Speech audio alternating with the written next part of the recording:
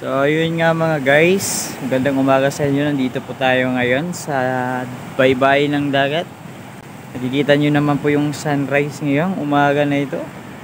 Ang ganda ng dagat ngayon ba? Kalmado. Yun no. Napakaangas talaga, tingnan no.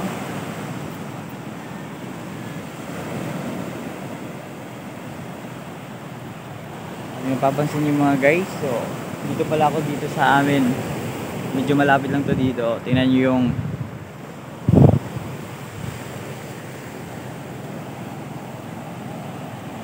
yun o, dito pala guys. So minsan yung mga tao dito giinuman sila, meron dito mga isim blue,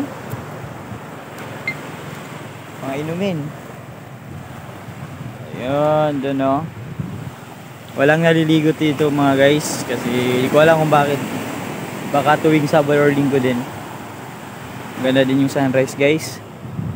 So kung gusto nyo pumunta dito, dito lang to po sa Tanawan, Leyte.